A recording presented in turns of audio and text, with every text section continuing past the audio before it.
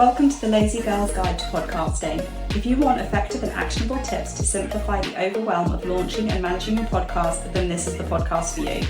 I'm your host, Verity Songon, podcast manager, launch strategist, and host of a Top 100 podcast. I'm really excited to have you here, so without further ado, let's dive into the episode. Hi there, and welcome back to another episode of the Lazy Girl's Guide to Podcasting with me, Verity Songon. What I want to be talking about for today is all about choosing guests that are going to benefit your audience and also have some kind of service to your audience.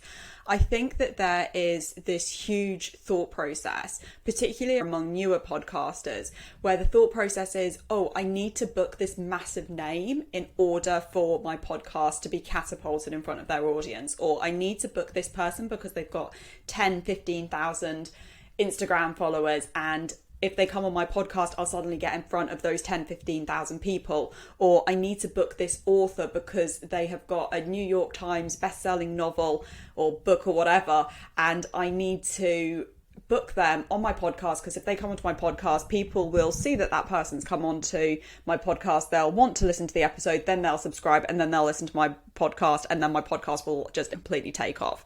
And I'm here to tell you that maybe in like less than 2% of cases, maybe that will possibly happen. But there is so much wrong with this train of thinking, and I want to break down what those different points are. That this train of thought is not going to serve you, it's not going to serve your audience, it's definitely not going to serve your podcast. So first of all, what I want to say about this is if you are booking guests purely because of the numbers and the metrics that they've got on social media, then are you booking the right people? You know, are they the people that can really serve your audience? Because at the end of the day, your podcast is a service. It's entertaining or educating. It's delivering something to your audience. So if you're booking your guests purely because they have got a large social media following or they've got some kind of status behind them, maybe, you know, they are, I don't know, a New York number one best-selling author, or, you know, they've been on the Oprah Winfrey show, whatever it is. Or are you booking them purely because of something, some metric or something that they can put on their LinkedIn profile? And I'm not saying that those people aren't the best people to book, but what I'm saying is you need to be booking people and securing people who can deliver value to your audience and who can provide a service to your audience, either through information or entertainment, as opposed to just you being able to say, I booked this person with goodness knows how many Instagram followers, for example. The next thing, which is so wrong with this train of thought, is this idea that you will instantly be put in front of all of those person's followers. So let's say that we managed to book somebody who has got 10,000 followers on Instagram, for argument's sake. They come on your podcast and then you share some graphics with them.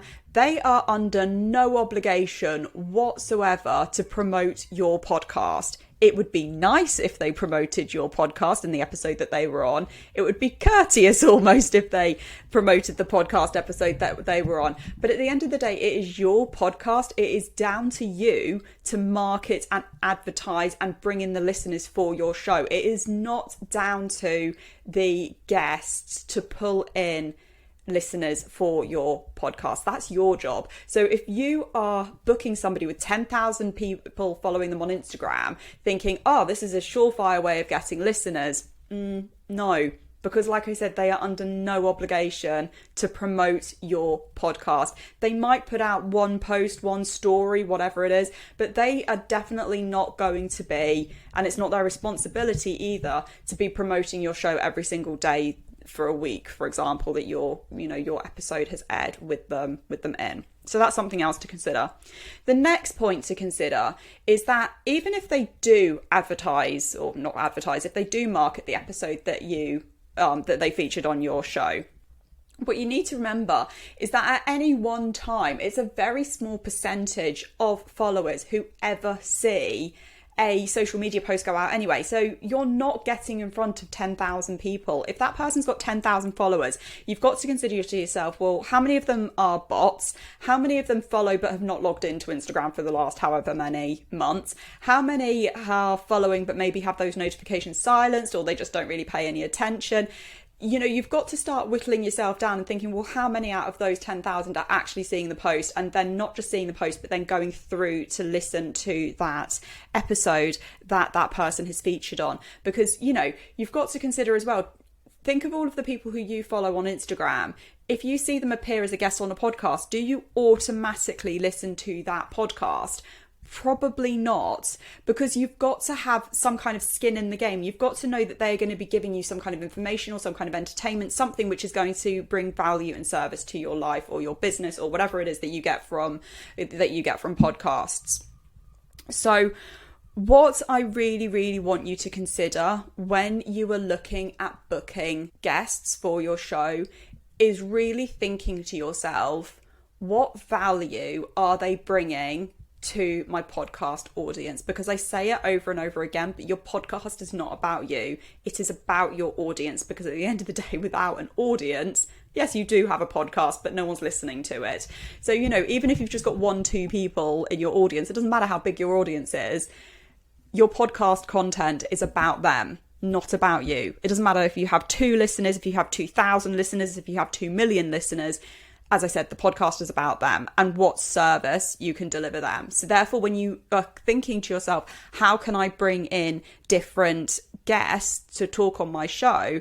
It's what service can they bring? So you might be thinking to yourself, I want a marketing guru to come on my podcast and talk about marketing. It might be lovely to book Amy Porterfield, but you don't have to book Amy Porterfield, because you never, there could be somebody in your circle already, or somebody who is more accessible.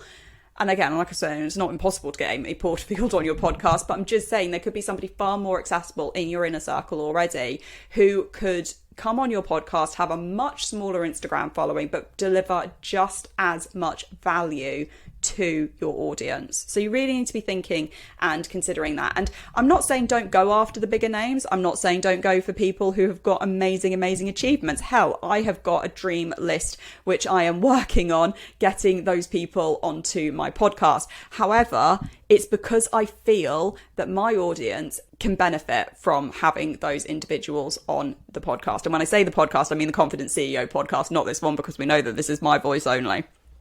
But as I said, it's about what service can people give, what information, and how can your audience benefit.